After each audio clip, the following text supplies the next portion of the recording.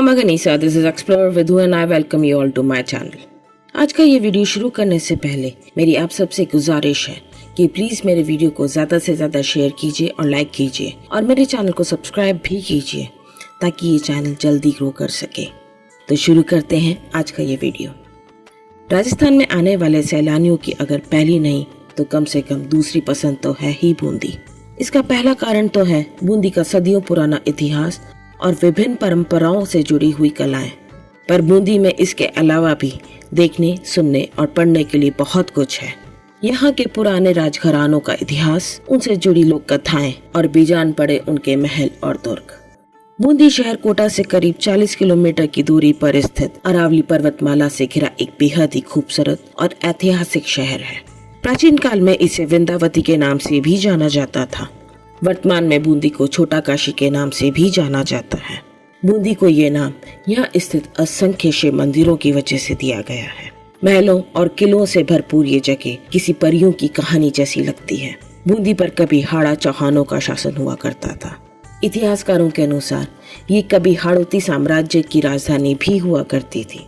1624 में कोटा बूंदी से अलग हो गया और एक स्वतंत्र राज्य बन गया और कहते हैं कि यहीं से बूंदी के पतन की शुरुआत हुई।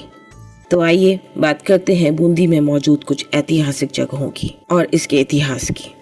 बूंदी को घेरे हुए अरावली पर्वतमाला की नागा पहाड़ी की तीखी ढलान पर खड़ा हुआ है एक और तारागढ़ महल, जिसे बूंदीगढ़ पैलेस के नाम से भी जाना जाता है।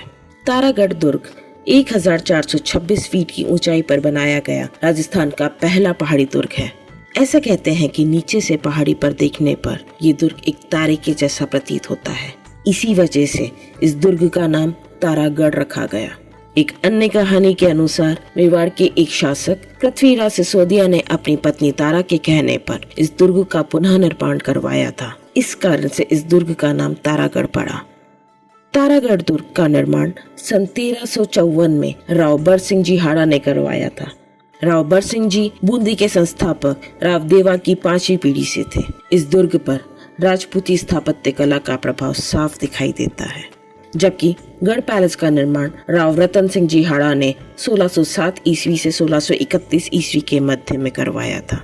19वीं सदी में जंगल बुक के लेखक और नोबेल पुरस्कार विजेता जोसेफ रुडयार्ड किपलिंग बूंदी आए थे। किपलिंग काफी समय तक बूंदी में रहे और अपनी बुक किम उन्होंने यहीं रहकर पूरी की।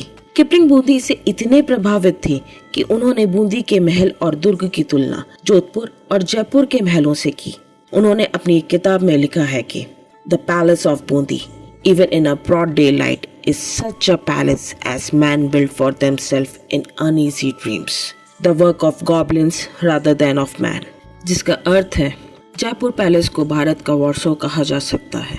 जोधपुर पैलेस जो कि संघर्ष की भूमि है और विशालकाय लाल चट्टानों पर बने वो सिलीटी बुर्ज किसी इंसान का नहीं बल्कि दैत्यों का काम लगता है।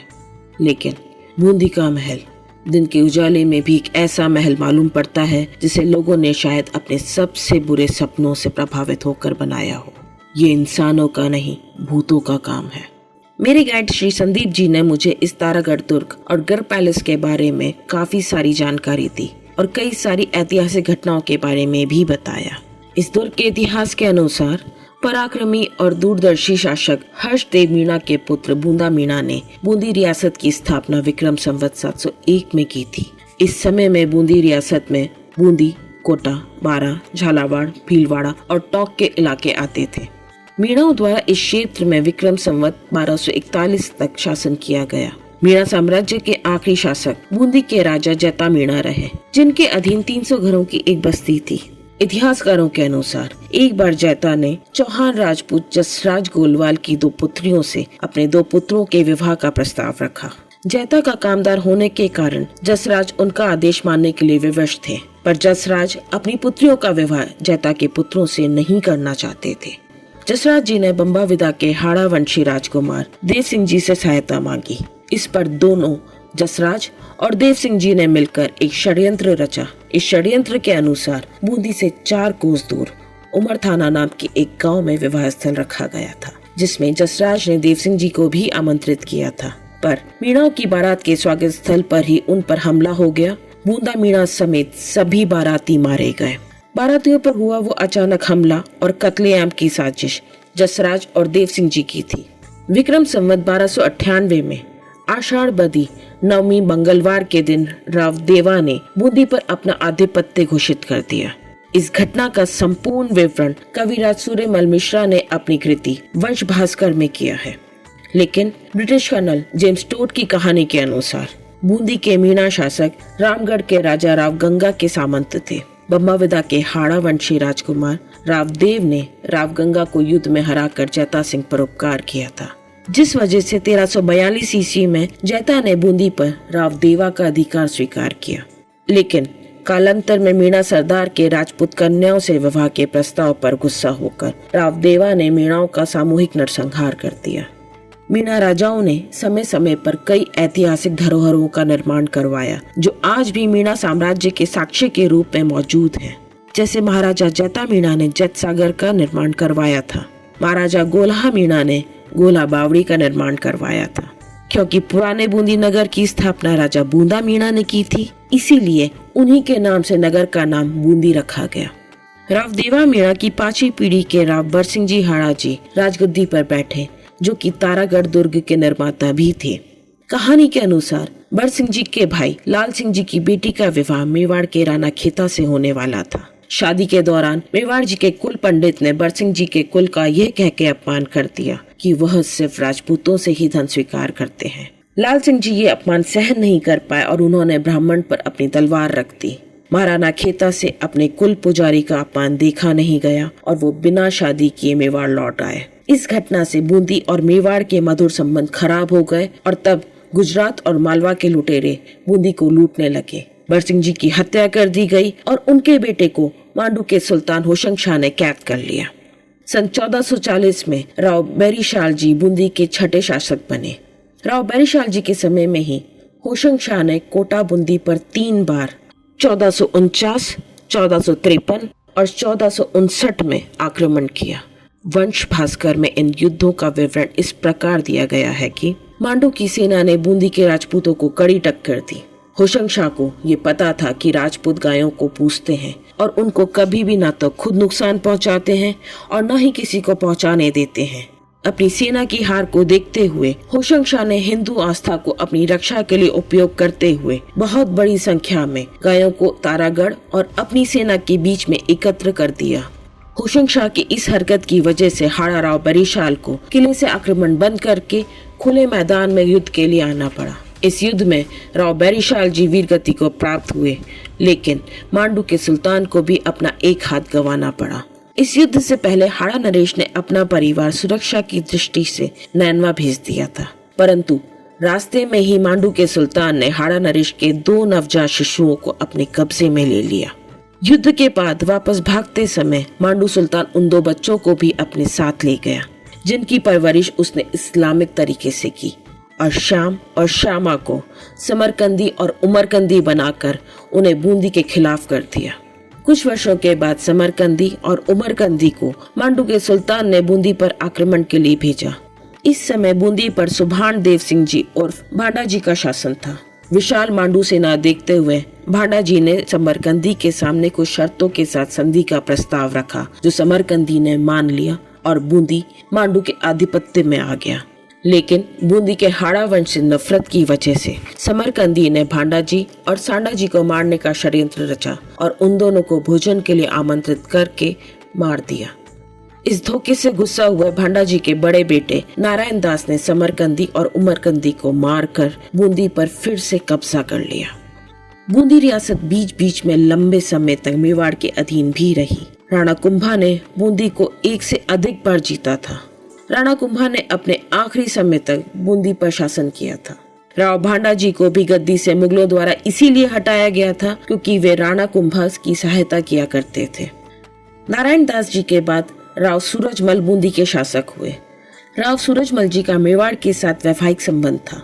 राव सूरजमल महाराणा सांगा की हाड़ा रानी कर्णावती के दोनों पुत्रों विक्रमादित्य और उदय सिंह के कुछ समय तक अभिभावक भी रहे, पर बाद में कुछ राजनीतिक कारणों के चलते हाड़ा और सिसोदिया वंश एक दूसरे के खून के प्यासे बन गए।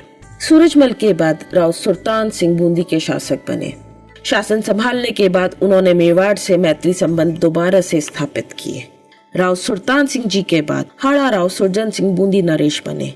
राव सुरजन सिंह जी के समय में अकबर ने बूंदी रियासत पर हमला किया। इस समय रणथंभौर बूंदी रियासत का ही भाग हुआ करता था। अकबर ने रणथंभौर किले पर हमला किया और काफी समय तक उस किले को घेर कर बैठा रहा, लेकिन किले पर विजय होती ना देखकर राजा मान सिंह और अकबर ने राजा सुरजन सिंह के साथ संधि का प्रस्ताव भेजा, जिसको राव सुरजन सिंह जी ने कई शर्तों के साथ में मान लिया। अकबर के बाद उसका बेटा जहांगीर गद्दी पे बैठा तो बूंदी के राव रतन सिंह हाड़ा जहांगीर के दरबार में अपने पिता भोजराज सिंह जी की ही तरह एक ऊंचे पद पर आसीन हुए। राव रतन सिंह जी जहांगीर के करीबी माने जाते थे। हमारे गाइड द्वारा बताई गई एक कहानी के अनुसार अगर बूंदी के राजा रतन सिंह जी ने कई युद्धों में जहांगीर की मदद ना की होती और उसके बेटे को भी मृत्यु से ना बचाया होता तो आज भारत में ताजमहल बना ही नहीं होता। मुगल वंश का स्वामित्व बूंदी पर आखिरी मुगल शासक तक रहा। राव रतन सिंह जी के बाद में हाड़ा राव अजीत सिंह बूंदी के 19वें राजा बने। अजीत सिंह जी के शासनकाल के शुरुआती वर्षों में मेवाड़ के राणा के साथ हाड़ाओं के अच्छे मैत्री संबंध थे। कुछ वर्षों के बाद बिलहटा गांव के स्वामित्व को लेकर हाड़ा और सिसोदिया वंश के बीच संबंध खराब हो गए। कर्नल जेम्स टोड की कहानी के अनुसार बूंदी पर एक सती का श्राप था कि जब भी बसंती गांव के उत्सव पर हाड़ा और सिसोदिया एक साथ इकट्ठे होंगे तब उनमें संघर्ष होगा। माना जाता है कि बिलहटा गांव में हुआ तनाव भी इसी श्राप का परिणाम था, जिसके चलते एक भीषण संघर्ष हुआ जिसमें महाराणा का वध कर दिया गया। जब महाराणा का अंतिम संस्कार किया जा रहा था तब उनके साथ में उनकी एक उपरानी सती हुई, लेकिन सती होने से पहले रानी अजीत राव सिंह जी को उसके विनाश का श्राप दे गई। कहा जाता है कि श्राप के 2 महीनों बाद ही कुष्ठ रोग के चलते राव अजीत सिंह जी की मृत्यु हो गई। 1749 में राव रतन सिंह जी की 5वीं पीढ़ी के राव उम्मेद सिंह जी सत्ता में आए। यही वह समय था जब एक भूल के कारण बूंदी को एक और सती का श्राप मिला। गाइड संदीप जी के अनुसार मोहन जी दा भाई राव उम्मेद सिंह जी के दीवान हुआ करते थे। दीवान मोहन जी के पास में उस समय खजाने की जिम्मेदारी हुआ करती थी। एक बार राव उम्मेद सिंह जी दिल्ली आए हुए थे। वहाँ उन्हें बड़ी मात्रा में धन की आवश्यकता पड़ गई। उम्मेद सिंह जी ने अपने दीवान के पास बूंदी संदेश भिजवाया कि उन्हें तत्काल कुछ मुद्राएं और मोहरें दिल्ली भेजी जाए। दीवान को राजा का संदेश मिला और उन्होंने उसका तत्काल पालन भी किया, लेकिन दीवान को डर था कि कोई रास्ते में उन मुद्राओं को लूट ना ले। लूट के डर से दीवान ने सोने चांदी के सिक्कों को बांस की लकड़ियों में भर दिया और उन बांसों को बैलगाड़ी में लादकर दिल्ली रवाना कर दिया। जब राजा को सोने चांदी के सिक्कों की जगह बांस से भरी हुई बैलगाड़ी दिखी तो उन्हें बहुत गुस्सा आया। क्रोधित राजा ने बिना कुछ सोचे दीवान को सूली पर लटका देने का आदेश दे दिया। लेकिन जब राजा को सच का पता चला तब तक बहुत देर हो चुकी थी। दीवान मोहन की 2 पत्नियां थीं। वे दोनों दीवान जी के साथ ही सती हो गईं। लेकिन सती होने से पहले दोनों पत्नियों ने बूंदी को श्राप दिया कि यहाँ ईमानदार लोग हमेशा परेशान रहेंगे, कभी भी उन्नति नहीं कर पाएंगे और बेईमान लोग खूब फलेंगे फूलेंगे। एक गलत फहमी ने दीवान जी की जान ले ली और उनकी पत्नियां सती होने से पहले बूंदी को श्राप दे गईं, जिसके लिए माना जाता है कि उस श्राप का असर आज भी बूंदी पर कायम है। बहादुर सिंह जी बूंदी के आखिरी सत्तारूढ़ शासक थे। मेरे गाइड संदीप जी के अनुसार महल में एक कमरा था जो कि लंबे अरसे तक मृत हो चुके शासकों की संपत्ति से भरा हुआ था। इस खजाने की रक्षा अफगान योद्धाओं का एक परिवार किया करता था। राजाओं को इस परिवार के माध्यम से ही इस कमरे तक पहुंच प्राप्त थी। सदियों तक ये अफगान परिवार ही इस सोने चांदी और रत्नों से भरे भंडार की रक्षा करता आया था। राज परिवार को पता तक नहीं था कि ये खजाने का कमरा कहाँ पर स्थित है। खजाने का रहस्य उस आखिरी पठान के साथ खत्म हो गया जो द्वितीय विश्व युद्ध के दौरान मारा गया। जब महाराणा बहादुर सिंह जी जापानियों के खिलाफ सेना में सेवा देकर बर्मा से लौटे तो उन्होंने खजाने की व्यापक खोज की। महीनों की खोज के बाद भी कुछ हाथ नहीं लगा। अंततः खजाने की खोज को बंद कर दिया गया, लेकिन उन्हें महल में कई सारी गुप्त सुरंगें मिली। ये सुरंगें कहाँ खुलती हैं और निकलती हैं इसके बारे में किसी को कुछ पता नहीं, लेकिन कहा जाता है कि वो खजाना आज भी इस तिलिस्मी बूंदी महल के किसी दीवार के पीछे कहीं दफन है। बूंदी के आखिरी हाड़ा राजपूतों की पीढ़ी 2010 तक जीवित थी। बूंदी के अंतिम शासक महाराव रणजीत सिंह जी की कोई संतान नहीं थी। इस वजह से राजा रणजीत सिंह जी के चचेरे भाई के बेटे वंशवर्धन सिंह हाड़ा जी को वर्तमान बूंदी के राजा के रूप में आरूढ़ किया गया है। महाराव वंशवर्धन सिंह जी बूंदी के 26वें महाराव हैं तथा तारागढ़ दुर्ग और तारागढ़ पैलेस के मालिक भी वही हैं। महाराव वंशवर्धन सिंह जी का राज तिलक गढ़ पैलेस में स्थित मोती महल में ही संपन्न हुआ था, जिसमें पूरा हाड़ौती राज परिवार शामिल हुआ था। 1818 से पूर्व का बूंदी राज्य का इतिहास संघर्षों से भरा रहा। 1818 में यह राज्य अंग्रेजों के अधीन आ गया। समय समय पर यहाँ मांडू के मुसलमानों, मुगलों और मराठाओं का आक्रमण होता रहा। यह एक लघु राज्य होने के कारण अपने अस्तित्व की रक्षा के लिए हमेशा लड़ता ही रहा और स्वतंत्र न रह सका। फिर भी बूंदी एक समृद्ध शहर था और आज भी है, और ये संभव हो पाया यहाँ के राजपूत शासकों के कारण, जिनके पास एक महान राजनीतिक समझ थी, जिसने उन्हें मुगलों, ब्रिटिश और भारत सरकार के साथ मैत्रीपूर्ण संबंध स्थापित करने में मदद की। ऐसी ही कई सारी कहानियों और ऐतिहासिक घटनाओं के साथ हमने संदीप जी के साथ गढ़ पैलेस की सीधी चढ़ाई शुरू की। सबसे पहले मैं पहुंची एक विशाल द्वार के सामने, जिसके ऊपर की ओर 2 विशाल हाथी बने हुए हैं। इनके कारण ही इस द्वार को हाथीपोल के नाम से जाना जाता है। संदीप जी ने मुझे बताया कि बूंदी के हाड़ा शासक सूर्यवंशी थे। इस कारण से इस महल में हर जगह सूर्य भगवान की पेंटिंग्स या मूर्तियां देखने को मिलती हैं। हाथीपोल की छत के ऊपर भी बेहद खूबसूरत पेंटिंग के रूप में सूर्य भगवान को चित्रित किया गया है। इस हाथीपोल का निर्माण राजा राव रतन सिंह जी ने करवाया था। हाथीपोल से अंदर प्रवेश करते ही सामने एक बेहद खूबसूरत गार्डन बना हुआ है, जिसके एक और बड़ा और ऊंचा प्लेटफॉर्म था, जो कि राजाओं के हाथी पर चढ़कर बैठने के लिए बनाया गया था। सामने की तरफ नीचे मेहराबों वाला बरामदा बना हुआ था। ये शाही अस्तबल हुआ करता था। दरवाजे के सामने की ओर था रतन महल, जिसकी पहली मंजिल पर स्थित है दीवाने आम।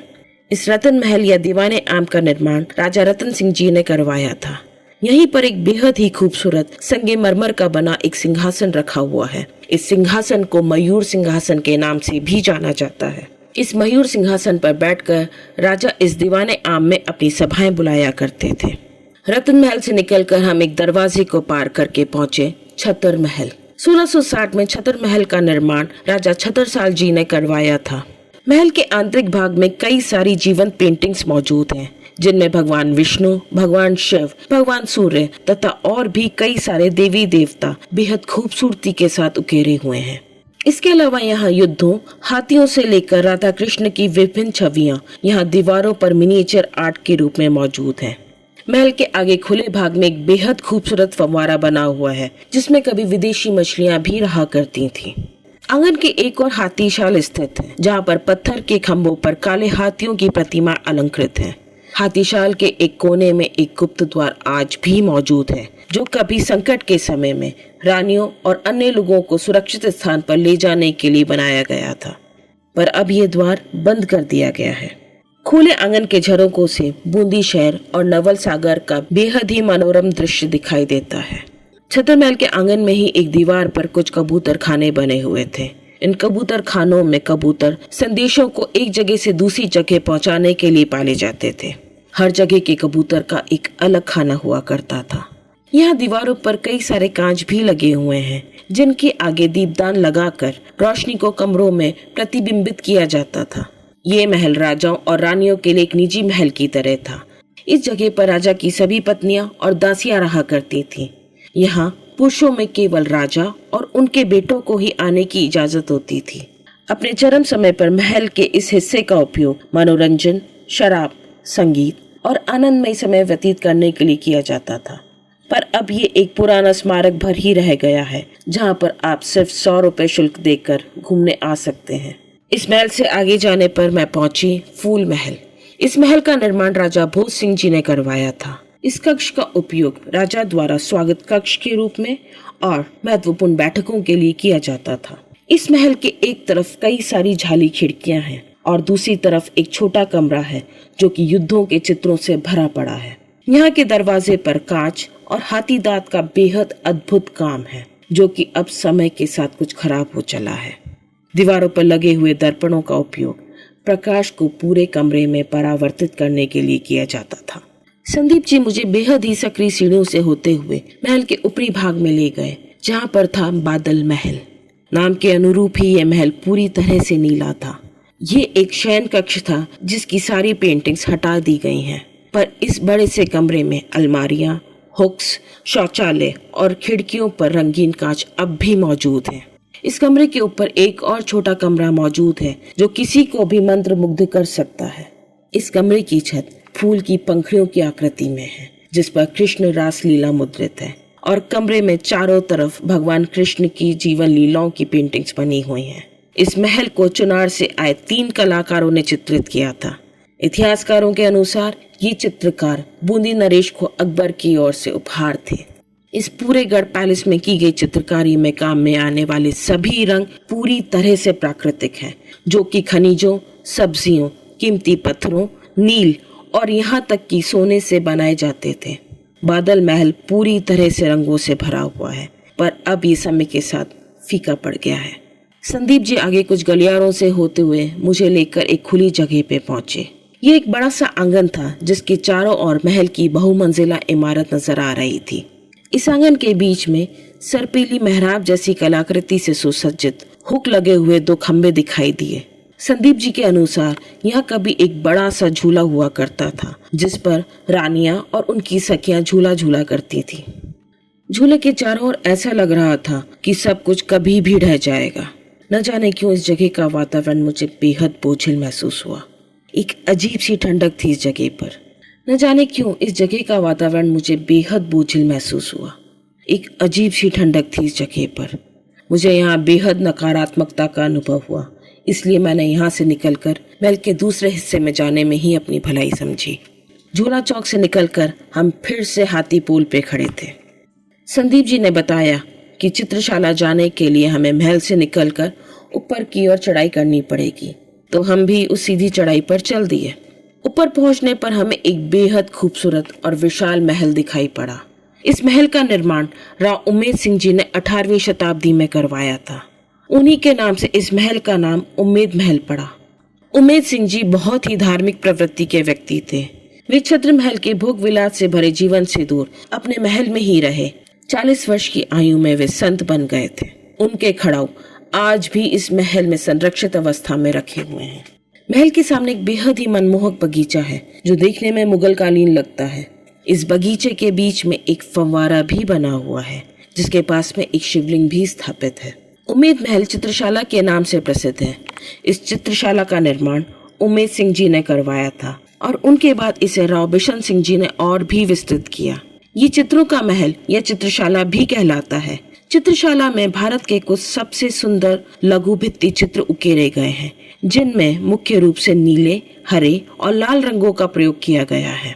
इस चित्रशाला की दीवारों पर कई सारी पौराणिक कथाओं को दर्शाया गया है, जैसे कृष्ण रासलीला, कृष्ण द्वारा गोवर्धन पर्वत उठाना, कृष्ण का गोपियों के कपड़े चुराना आदि आदि। इसके अलावा शिव जी से जुड़ी हुई कई सारी कहानियां, रानियों का समृद्ध जीवन, अंग्रेजों के खिलाफ संघर्ष और भी बहुत कुछ इन चित्रों में साझा किया गया है। इस महल के स्तंभ भी दर्पणों के साथ लघु चित्रों से भरे पड़े हैं। ये महल इस पूरे गढ़ का सबसे खूबसूरत और विस्मयकारी भाग है। चित्रशाला से निकलकर मैंने संदीप जी को तारागढ़ देखने की अपनी इच्छा बताई। महल के जो गाइड्स होते हैं वो सिर्फ महल ही घुमाते हैं, पर संदीप जी ने मुझे ऊपर पहाड़ी पर अकेले जाने से मना कर दिया, जिसका कारण था घना जंगल और उसमें रहने वाले अनगिनत बंदर। संदीप जी ने एक डंडा उठाया और मेरे साथ ऊपर दुर्ग की ओर चल दिए। पहाड़ी की तीखी खड़ी ढलान पर एक पतली सी उबड़ खाबड़ कच्ची पगडंडी से होते हुए हमने चढ़ाई शुरू की। अभी हम थोड़ा आगे ही पहुंचे थे कि हमें तारागढ़ का पहला दरवाजा फूटा पोल दिखाई दिया। अपने नाम के अनुरूप ही ये दरवाजा पूरी तरह से टूटी फूटी हालत में था। दरवाजा पार करके हम अभी थोड़ा आगे बढ़े ही थे, तभी हमें बंदरों की टोली हमारे रास्ते में बैठी हुई दिखाई दी। डरते डरते हम उनको पार करके आगे बढ़ गए। थोड़ा आगे जाने पर जंगल के बीच में हमें एक खंडहर दिखाई दिया। ये था दूधा महल। पूरी तरह से खंडर हो चुके इस महल का निर्माण राव दूधा ने करवाया था। ये बूंदी के 11वें राजा सुरजन सिंह जी के पुत्र थे। इस महल की छत से बूंदी और गढ़ पैलेस का बहुत ही विहंगम दृश्य दिखाई देता है। अगर आप लोग भी वहां जा रहे हैं तो इसे मिस ना कीजिएगा और मेरा चैनल भी सब्सक्राइब कीजिएगा। जंगल के बीच से खड़ी चढ़ाई चढ़ते समय संदीप जी ने हमें इस महल से जुड़ी एक और कहानी सुनाई। बूंदी की एक राजकुमारी थी जिनका नाम था साल कंवर। साल कंवर जी की शादी चूड़ावत सम्राट रतन सिंह जी के साथ हुई थी। शादी के 7 दिन बाद ही रतन सिंह जी को युद्ध का बुलावा आ गया, पर रतन सिंह जी अपनी रानी को छोड़कर जाना नहीं चाहते थे, लेकिन जाना भी जरूरी था। इसलिए रतन सिंह जी भारी मन से युद्ध के लिए जाने को तैयार हो गए। वीर हरा रानी ने उन्हें विजय तिलक करके युद्ध के लिए रवाना किया। युद्ध में जाने के बाद भी रतन सिंह जी का मन युद्ध में नहीं लग रहा था। वे बार बार अपने दूत को रानी के पास संदेश लेकर भेजते रहे। उन्होंने तीसरे दूत के साथ रानी को संदेश भिजवाया कि रानी अपनी कोई निशानी भेजे ताकि उसे देखकर युद्ध क्षेत्र में उनका मन लग सके। हाड़ा रानी को लगा कि उनकी वजह से रतन सिंह जी अपना कर्तव्य सही से निभा नहीं पा रहे हैं। ये सोचकर हाड़ा रानी ने अपना सर काटकर एक थाल में सजवाकर दूत के साथ रतन सिंह जी को भेज दिया। अपनी प्यारी रानी को इस हाल में देखकर रतन सिंह जी जड़ हो गए। उनकी आंख से अश्रु की धार बह निकली। इस घटना के बाद वे बहुत वीरता के साथ लड़े और विजय भी हुए, लेकिन बाद में उन्होंने भी अपने प्राण त्याग दिए। ये कहानी सुनते सुनते हम जा पहुंचे दुर्ग के दूसरे दरवाजे लक्ष्मी पोल पर। लक्ष्मी पोल से कुछ कदम की दूरी पर ही स्थित है गागुड़ी का फाटक। ये दरवाजा बंद था, जिस पर पुराने समय का एक बहुत ही बड़ा सा ताला लगा हुआ था। गागुड़ी फाटक में एक छोटा सा दरवाजा था जिससे होकर हम दुर्ग में प्रवेश कर गए। आगे जाने पर हमारे सामने एक विशाल रानी महल था। 2 मंजिला ये महल अब एक खंडर में तब्दील हो चुका है। इस महल के अंदर जाने पर एक बड़ा सा आंगन आता है जिसके चारों ओर कमरे बने हुए हैं। ऊपर की मंजिल पर जाने पर हमें महल का दरबार क्षेत्र दिखा, जिससे होते हुए हम पहुंचे महल के दूसरे भाग में। वहां पर हमें कुछ सुरंगों के मुहाने दिखाई दिए, पर वे कहाँ जाते हैं इसका ज्ञान न होने की वजह से हम उनके अंदर नहीं गए। रानी महल के सामने ही एक अन्य महल भी स्थित था, लेकिन वह महल काफी जर्जर हालत में था और पूरी तरह से जंगल में तब्दील हो चुका था, जहाँ जाने का रास्ता भी हमें नजर नहीं आया। उस महल को देखकर एक अजीब सी सिहरन और डर का अनुभव हो रहा था। इस कारण वहां ना जाने में ही हमने अपनी भलाई समझी। महल के पास ही कुछ बहुत बड़ी और बेहद गहरी बावड़ियां स्थित हैं, जिनका उपयोग दुर्ग में पानी की आपूर्ति करने के लिए किया जाता था। बावड़ी के आगे जाने पर एक बड़ा सा बुर्ज आता है, जिससे दुर्ग के पीछे की तरफ स्थित रामगढ़ विषधारी नेशनल पार्क दिखाई देता है और दुर्ग के काफी दूर जैतसागर भी साफ नजर आता है। यहाँ से निकलकर हम चले भीम बुर्ज की तरफ। भीम बुर्ज पहाड़ी पर तारागढ़ दुर्ग के दूसरे सिरे पर स्थित है, जिसका रास्ता जंगल से होकर जाता है। कच्ची पगडंडियों से होते हुए हम पहुंचे भीम बुर्ज पर, जिसके लिए हमने सुना था कि वहाँ पर बूंदी की फेमस गर्भ गुंजन तोप रखी हुई है। जब हम वहाँ पहुँचे तब हमें पता चला कि वहाँ पर अब पुलिस का वॉच टावर बना हुआ है। सीधी चढ़ाई चढ़कर जब हम बुर्ज के ऊपर पहुँचे तो वहाँ पर तोप नहीं थी, पर वहाँ से बूंदी का दृश्य बेहद ही अद्भुत दिखाई देता था। गर्भ गुंजन तोप को ढूंढते ढूंढते हम और भी गहरे जंगल में चले गए, जहाँ हमें एक बहुत ही प्राचीन शिव मंदिर दिखा। ये 2 मंजिला शिव मंदिर था, जिसकी दोनों मंजिलों पर शिवलिंग स्थापित थे। इस मंदिर में विभिन्न देवी देवताओं की मूर्तियां भी थीं, जिनमें से सूर्य भगवान को छोड़कर सभी खंडित थीं। सभी मूर्तियों के चेहरे पूरी तरह से तोड़ दिए गए थे। पहाड़ी के अंत में हमें एक और बुर्ज दिखाई दिया। जब हम वहां पहुंचे तो हमें एक तोप वहां पर बहुत ही दयनीय हालत में जमीन पर पड़ी मिली। उस बुर्ज के पास ही प्राचीर पर ऊंची घास और पौधों के बीच हमें आखिर गर्भ गुंजन तोप मिल ही गई। इस तोप के लिए कहा जाता था कि जब ये तोप चलती थी तो इसकी आवाज से पेट में झनकार होती थी, इसीलिए इसका नाम गर्भ गुंजन रखा गया था। इस तोप की आवाज इतनी तेज थी कि इसके पलीते में आग लगाने के बाद तोपची को अपने कानों के पर्दों को फटने से बचाने के लिए पानी में कूदना पड़ता था। पर अफसोस, अपने समय की इतनी भयंकर तोप आज बहुत ही दयनीय हालत में दुर्ग के एक प्राचीर पर जंगल के बीच में एक लावारिस हालत में पड़ी हुई है। इस पूरे एक्सप्लोरेशन में संदीप जी ने हमारा साथ कहीं नहीं छोड़ा। वे बहुत ही बेहतरीन गाइड के रूप में नीचे उतरने तक हमारे साथ ही बने रहे। हर पुराने स्थलों में कुछ न कुछ पारलौकिक जरूर होता है, ऐसा मेरा मानना है। इस दुर्ग में भी कई जगह मैंने उनकी उपस्थिति महसूस की है। तारागढ़ दुर्ग की दीवारें निश्चित रूप से अनगिनत कहानियों और रहस्यों की गवाह है। यदि आप सोचते हैं कि कुछ स्थान सदियों से जी हुए दर्द और पीड़ा को उजागर कर सकते हैं, तो ये दुर्ग निश्चित रूप से ऐसा कर पाने में कामयाब रहा है। जब आप वहाँ होते हैं तो कुछ अजीब सी अनुभूति होती है। अनकहे शब्दों को सुनने की अनुभूति, पुराने पत्थरों की धीमी सी फुसफुसाहट, ये सभी कहानियाँ यहाँ की हवा में मौजूद हैं। पर इन्हें वही लोग सुन सकते हैं जो वाकई में इन्हें सुनना चाहते हैं। हालांकि इसकी मूल भव्यता अब शेष नहीं है, पर तारागढ़ आपको आकर्षित करने या डराने में असफल नहीं रहेगा। ये साहसिक और ऐतिहासिक दोनों तरह की यात्रा करने वालों के लिए समान स्थान रखता है। इस किले की राजसी और आकर्षक वास्तुकला अब खंडहर होती जा रही है, पर तारागढ़ आज भी सूर्यास्त के बाद बेहद खूबसूरत लगता है। अंत में मैं आप सभी से यही कहूंगी कि आप सब भी एक बार जरूर जाइए और इस दुर्ग की खूबसूरती और रहस्य खुद अनुभव कीजिए। आज की हिस्ट्री और मिस्ट्री यहीं तक थी। आपको मेरा ये वीडियो कैसा लगा प्लीज कमेंट करके जरूर बताइएगा, और प्लीज मेरे इस वीडियो को लाइक, शेयर और सब्सक्राइब जरूर कीजिएगा। और अगर आपके पास भी किसी जगह के बारे में कोई कहानी है या किसी जगह के बारे में कोई जानकारी है, तो मेरा इंस्टा का और व्हाट्सएप का लिंक नीचे बायो में दिया हुआ है, आप मेरे साथ वहाँ पे शेयर कर सकते हैं। तो ऐसी ही और कहानियों के लिए बने रहिए मेरे साथ। मिलते हैं नेक्स्ट वीडियो में, तब तक के लिए राम राम सा।